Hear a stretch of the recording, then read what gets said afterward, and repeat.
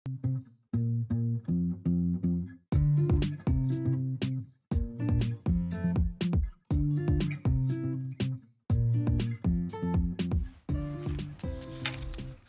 동향 살펴보는 시간입니다. 경제 가정교사 최병원 교수님 나오셨습니다. 예, 안녕하세요. 예. 제가 오늘 오후에 패션 시간이 있는데 그때 소개할 겸손 자켓을 미리 입고 나왔습니다. 근데 잠깐 봤는데 핏이 진짜 좋아요. 제 몸은 유선형이거든요. 그게 아니라 공장장을 위해서 만든 옷 같은데 다른 사람 체형에 맞을지 모르겠어요. 근데 자, 오늘은 어떤 뉴스입니까? 예, 이 정부가 이제 그러니까 가장 중요시 여기는 경제 지표는 저는 이제 성장률이라고 봐요. 그런데 이제 OECD에서 거의 이제 1분기 이제 그러니까는 성장률 지표들이 이제 집계가 됐어요. 일부 국가가 아직 좀 이제 누락됐지만은요. 그래서 지난 1년간 그러니까는 성장률을 좀 비교할 수 있어요. 성적표 나온 거네요. 예, 성장률이 나온 거죠. 근데 이 정부가 항상 하는 얘기가 뭐냐면은 두 가지죠. 전 정부 탓, 전 정부 탓하고 그다음에 이제 세계 경제 상황 얘기를 하잖아요. 근데 이제 그 두 가지를 가기 위해서 문재인 정부 5년하고도 좀 이렇게 비교를 했습니다. 그러니까 이 두 가지를 얘기하는데 두 가지가 한꺼번에 여기서 다 그렇죠. 예. 진실이 드러납니까? 예, 그렇죠. 자, 지표 좀 올려주시겠습니까? 예, 화면에 보이는데요. 먼저 문재인 5년간은 보게 되면 이제 이 성장률이 5년간 12%를 달성했습니다. 5년간 12%. 예. 근데 이제 OECD 평균이 8.8이었었어요. 아하. 8.8. 그리고 이제 G7이 7.3 정도였었으니까는 우리가 크게 이제 앞선 거죠. 그렇죠? 그런데 이걸 이제 그러니까 팬데믹 이제 문재인 정부는 이제 팬데믹 전과 후로 좀 나눌 수가 있잖아요. 그래서 팬데믹 이전 그러니까 문재인 정부에서는 8.0% 올랐고 당시에 OECD 평균은 5.6%에 불과했고요. 그다음에 이제 팬데믹 이후에 상당히들 힘들었었잖아요. 그렇죠. 힘들었는데 3.8%로 OECD 평균 3.0%보다도 굉장히 우위에 있었고요. 근데 이제 바로 한국 밑에 보면 일본 있잖아요. 일본이요. 일본은 보게 되면 문재인 정부 5년간 보게 되면 마이너스 성장을 했습니다. 그러네. 5년 동안에요. 5년 동안 마이너스 1%. 예. 원래 대표적인 저성장 국가 아닙니까 일본이? 5년 동안 예를 들어서 최소한 플러스 0.몇%로 해야 되는데 5년 다 합쳐가지고 마이너스. 5년 다 합해가지고. 그러던 일본이 이제 그러니까 윤석열 1년 동안에 우리를 이제 그러니까 이제 앞서기 시작한 거죠. 이게 얼마만입니까? 그러니까 우리가 일본보다 성장률이 떨어진 게 얼마만이에요? 떨어진 건 외환위기 때를 빼놓고는 한 번도 없었어요. 외환위기는 특수 상황이니까. 그렇죠. 외환위기는 그런 특수한 상황이니까요. 그때를 빼놓고 그러니까 사실상 그러니까 처음 일어나는 일이에요. 처음 일어나는 일인데 윤석열 1년간은 이제 0.9%고 일본이 1.3%라고 했으니까요. 이게 근데 전 세계적 상황이 어려워서 그렇다고 했는데 지금 다른 나라 상황은 어떠냐 이거죠. 그 다른 나라 같은 경우 미국은 1.6%. 예? 미국 1.6%. OECD 평균은 아직 일부 국가가 집계가 안 됐기 때문에 평균 문제지만은 유럽의 27개국도 1.2%입니다. 예? 일본도 1.3, 미국이 1.6, G7이 1.3. G7이 이제 이미 성장률이 어느 정도 도달한 나라들이어서 그렇게 높지 않은데도 불구하고 우리보다 높고 EU 27개국 평균은 1.2고 OECD 평균도 그 정도 좀 나가겠네요. 그렇죠. 대개 유럽 국가들이 대부분 차지하고 있기 때문에. 중국 어때요? 중국은 4.3%. 중국을 통해서 우리가 경제적 이득을 볼 상황은 지났다고 했는데 중국 잘 나가고 있네요. 그렇죠. 중국이 여전히 세계 경제에서는 우리만 못 나가고 있네. 그렇지. 우리만 못 나가고 있어요. 우리만 못 나가고 있네. 근데 문제는 뭐냐면 윤석열 정권 이전에는 잘 나갔었다 이겁니다. 표를 다시 한 번만 띄워주세요. 바로 내리지 말고. 표가 작아가지고 한눈에 잘 안 들어오는데 오른쪽 끝이 최근 1년입니다. 그 중에 맨 위가 우리고 맨 아래가 중국이고 그 중간이 이제 미국, 일본, G7, EU 27개국 평균인데 우리가 꼴찌네 꼴찌. OECD 그러니까 팬데믹 기간 동안 우리가 OECD 국가 중 성장률 1등이라고 그랬었잖아요. 그렇죠. 그게 이제 20년 2분기 때 아주 그냥 그때 다들 폭삭 망했을 때. 그때 막 성장률이 두 자릿수로 마이너스 그것도 막 이렇게 됐었어요. 마이너스 10% 막 날 때. 이렇게 할 때. 그때 우리가 마이너스 1점 얼마였단 말이에요. 그렇죠. 그래서 그 해가 이제 마이너스 1.1%였는데 그래서 1등 했는데 1등 했었죠. 지금은 꼴찌네. 왜 문재인 정부 시절 탓하는 거예요? 그러니까 말입니다. 그때보다 훨씬 못하고 있는데. 그러니까 그래 어떤 그 문재인 정권 지지하는 게 맹목적으로 지지하는 분은 이것도 박근혜 정부의 탓이래. 문재인 정부도 잘 나간 거. 그때 잘해놔가지고. 그러니까 항상 이전 정부 탓이에요. 자, 그다음에 이제 성장률 하나 더 보게 되면요. 일본하고 이제 이 격차가 또 문재인 정부 탓을 하니까 다 자료를 가져오셨구나. 이제. 예. 일본하고 보게 되면요. 작년 3분기까지만 해도 우리가 조금 앞섰었어요. 0.1% 포인트요. 예. 그게 이제 그 전에 이제 지속됐던 것들이 있었기 때문에. 요게 문재인 정부 탓이죠. 예. 그런데 이제 4분기가 되게 되면 이제 마이너스 0.3% 포인트로 격차가 벌어져요. 일본하고요. 그러다가 올해 1분기에는 마이너스 0.4% 포인트로 또 벌어져요. 갈수록 이제 벌어지고 있는 거죠 지금요. 일본이 경제가 이렇게 잘 나가는 게 진짜 오랜만인데. 그렇죠. 그러니까 지난 5년뿐만 아니라 지난 한 12년간 이렇게 보게 되면요, 일본이 아베 때 그러니까 성장률이 굉장히 안 좋았거든요. 기시다 총리 인기가 올라가게 생겼어요. 실제 그렇죠. 수치가 보니까. 그렇죠. 이제 대충 이제 보게 되면 G7하고 거의 평균 정도를 하고 앉아 있잖아요. 일본이 처음으로 성장하는 나라가 몇십 년 만에 되고 있네. 예. 일본의 위치를 우리가 지금 차지하고 있는 것 같은데요, 점점. 그렇죠. 일본으로 가고 있는 거죠. 그리고요. 자, 그다음에 이제 자료가 연료비가 지금 이제 연료비 보게 되면 상당히 이제 그 동안에 이제 연료비가 지난 1년 동안 한 23% 상승을 했어요. 네. 상승했는데 주로 이제 도시가스가 이제 이걸 주도를 했는데 네. 도시가스가 한 33%나 상승을 했습니다. 근데 이제 전기료가 이제 또 인상을 했잖아요. 그렇죠. 최근에 이제 하반기는 전기료가 또 이제 주도를 할 텐데, 예? 그래서 서민들이 그러니까는 상당히 지금 이제 압박을 받고 있죠. 압박을 받고 있는 부분이고요. 그래서 물가 지표를 좀 이제 1년 됐으니까 물가 지표도 정리를 한 거고요. 그 다음에는 이제 결국은 이제 이 무역 부분인데요. 예. 무역 부분인데 오늘 이제 두 가지를 이제 갖고 나왔는데 무역에 관련돼서는요. 예.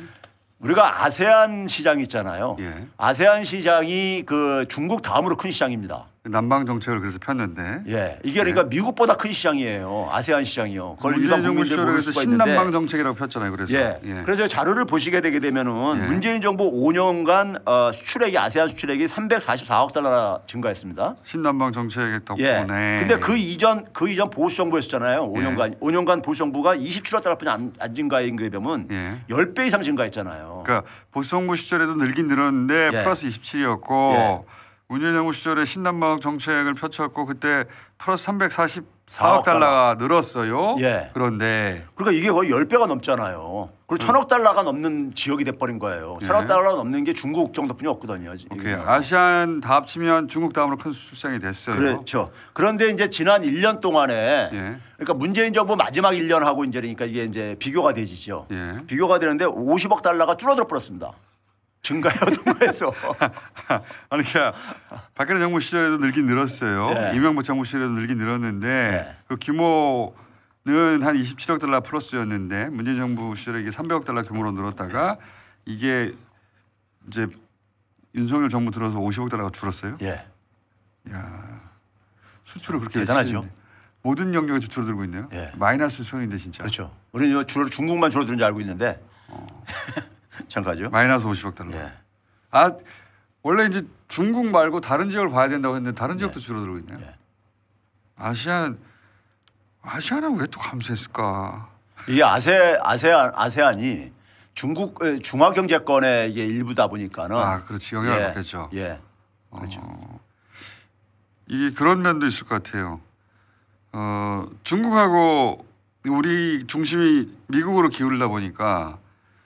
그 아세안 쪽에서도 우리가 아니라 중국하고 교역하는 양이 늘어났을 수도 있겠습니다. 그렇죠. 우리가 왜냐하면은 중국이 우리하고 안 하고 아세안하고 해버리면. 그러니까 지난해 그러니까 중국이 실제로 아세안의 수출액이요 21%나 증가했어요. 우리 줄어드는 상황에서. 그러니까 그걸 대체했네 중국이. 그렇죠. 그리고 또 그런 얘기도 있더라고요.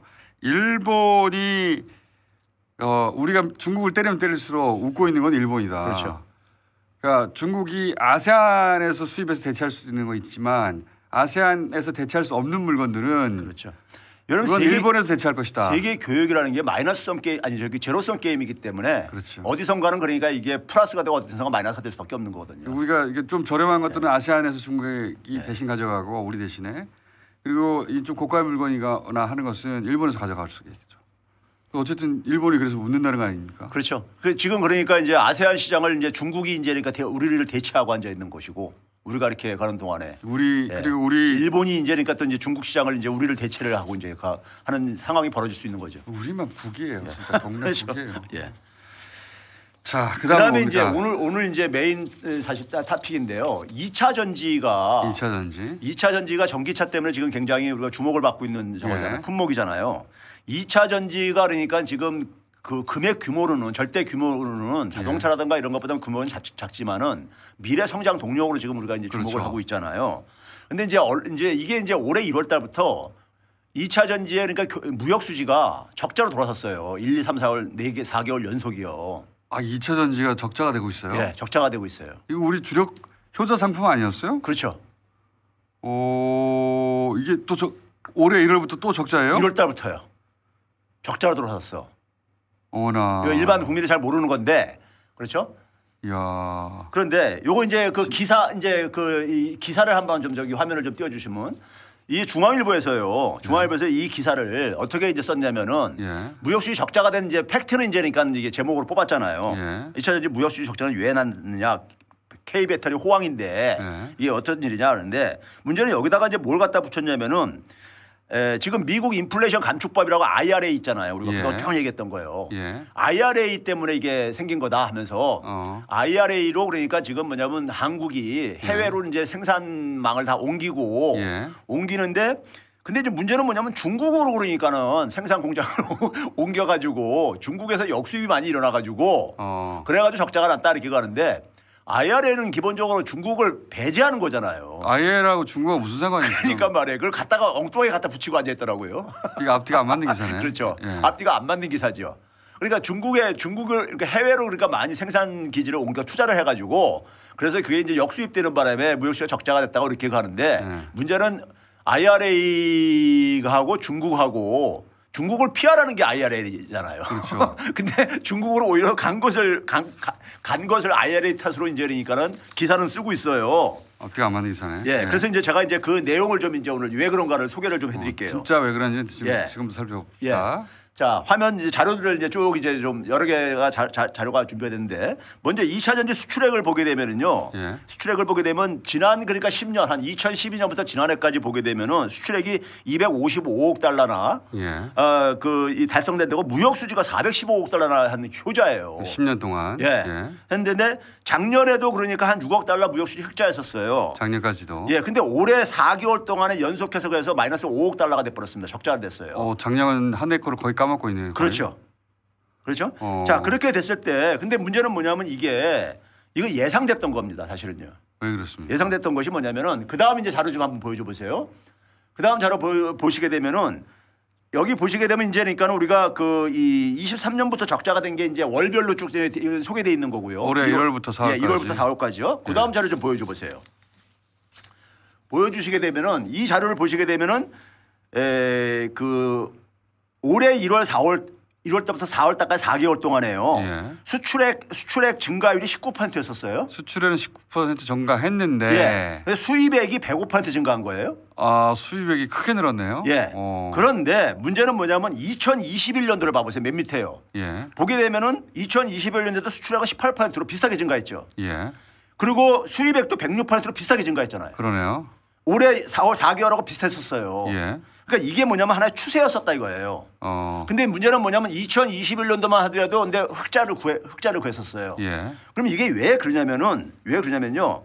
지난 그러니까 이제 그러니까 그 한 10년 2017년도부터 그러니까 2차 전지가 이제 그러니까는 수출에 이제 효자 품목으로 등장을 해요. 왜 그러냐면은 미국에서 배터리 전기차 생산을 본격적으로 이제 그러니까는 주력을 하는 게 2017년 경부터 이제 하기 시작합니다.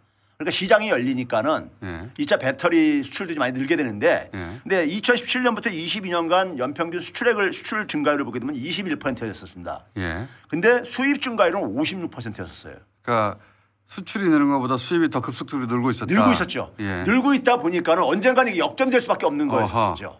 그게 이제 올해 딱 이제 나타난 거예요. 나타난 거예요. 그러니까 이건 예상됐던 거라. 이건 추세였다. 그렇죠. 예. 추세였다는 거죠. 자, 그런 점에서 이제 그러니까는 근데 문제는 뭐냐면 그 다음 자료를 한번 보여줘 보세요.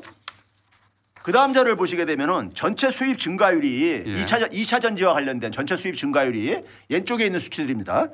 105%이고 오른쪽은 뭐냐면 중국으로부터 수입 증가율이야. 아하. 거의 비슷하죠. 왼쪽 숫자하고 오른쪽 숫자 거의 비슷하죠. 아 그렇구나. 그러니까 우리나라 2차 전지 수입액이 증가율이 굉장히 빠른 속도로 증가했는데 그게 대부분 중국에서 수입 증가한 거예요. 아하, 오케이. 중국에서. 그러니까 중국에 대한 의존도가 굉장히 높다는 얘기죠. 높아지고 있다는 얘기죠. 2차 전지. 예, 높다는 것이고. 그러면 자, 그다음 페이지 한번 넘겨보세요. 이게 최근에 뉴욕 타임즈에서 보도한 기사인데 중국 없이 전기차 생산은 사실상 불가능하다. 이런 기사가 났었어요. 지난 16일자에. 그래가지고 제가 이제 그걸 이제 한국말로 좀 옮긴 게 오른쪽에 있는데 전기차 만드는 과정을 보게 되면은 코발트를 그러니까 채굴부터 해가지고 코발트의 채굴 부분을 중국이 전 세계에서 41% 소유하고 있다는 겁니다. 그리고 그걸 정년하는데 이걸 중국 내에서 한 73%를 하고 있대요. 오케이. 전 세계에서요. 그러니까 과거 그러니까 석유를 지배했던 미국과 지금 비슷하게 지금 그러네요. 하고 있는 흉내내고 있는 거예요. 그래서 음극재, 양극재도 보게 되면 거의 절대적으로 지금 중국에서 제조를 하고 있죠. 대부분 60~70%를 중국이 하고 있네요. 예, 그러니까 이게 현실이기 때문에 중국을 배제하고 전기차 생산 불가능하다 이거예요. 이게 이제 뉴욕 타임스 기사의 저겁니다. 근데 IRA는 중국을 배제하라는 거 아니에요? 그렇죠. 근데 그러다 보니까 미국 기업들이 중국하고 그러니까 우회적으로 손을 잡으려고 하는 그렇죠. 게 그래서 그런 거죠. 그래서 중국 1위 업체하고 그렇죠. CATL하고 그러니까는 그 포드사하고 포드사 뭐 공장을 만들잖아요. 테슬라도 거기 가겠다고 하고 앉아 있고 이런 거잖아요. 수준이 안 되니까. 예. 자, 그러면 그런 상황 속에서 우리도 그러니까 여기서 예외가 될 수가 없는 거죠. 중국이 이렇게 절대적으로 이렇게 지금 장악하고 있으니까는 전 세계적으로 예외가 될 수가 없죠. 그래서 우리도 중국 수입이 증가하고 있는 거예요 지금요. 배경이 바로 그거라 이거예요. 배터리가. 예. 자, 그다음 자료 보세요. 그럼요. 그러면은 이게 이 자료는 보게 되면은 우리가 주로 2차 전지를 생산해 가지고 어디다 팔아먹고 있느냐? 미국이 제일 큰 시장이에요. 그러니까 오른쪽 이제 그러니까 파란색 숫자가 미국에 수출하는 저겁니다. 21년, 22년 올해 4개월 동안에요. 그러면 저게 늘었다는 얘기는 중국으로부터 수입하는 양도 늘었다는 얘기네요. 그렇죠. 그러니까 저 파란색 숫자가 증가하게 되면은 밑에서도 증가하고 있잖아요. 중국 수입이 바로 증가하고 있잖아요. 그러니까 우리가 미국에다가 많이 수출하려면은 중국에서 수입을 할 수밖에 없는 구조라 이거예요. 아, 이해했어요. 예. 그러면 우리가 중국하고 우리가 단절을 하게 돼 버리면은 디커플링 하게 되면 미국 수출도 못 한다는 얘기죠. 얘기는 겁니다. 예. 예? 근데 지금 디커플링 하라는 거 아니야? 그렇죠. 앞뒤가 그렇죠. 우리 보고 주란 얘기 아니에요, 그러면? 현실은 지금 뭐냐면 중국과의 관계가 더 깊어져 가고 있는데 이걸 디커플링 하라는 얘기는 죽으란 얘기죠, 우리 보러. 그러니까요. 그렇죠? 대통령이 이거 알까요? 모르죠. 대통령이 이걸 안다면 중국을 그렇게 때릴 수가 없죠. 그러니까 경제적으로 중국도 우리를 필요로 하고 우리도 중국을 필요하는 굉장히 밀접한 관계가 점점 되어가고 있는데 이걸 억지로 정치적 이유 때문에 디커플링 하려고 하다 보니 손해는 우리만 입고 있는 거 아니에요? 디커플링 하게 되면 우리만 죽는 거예요, 결국은.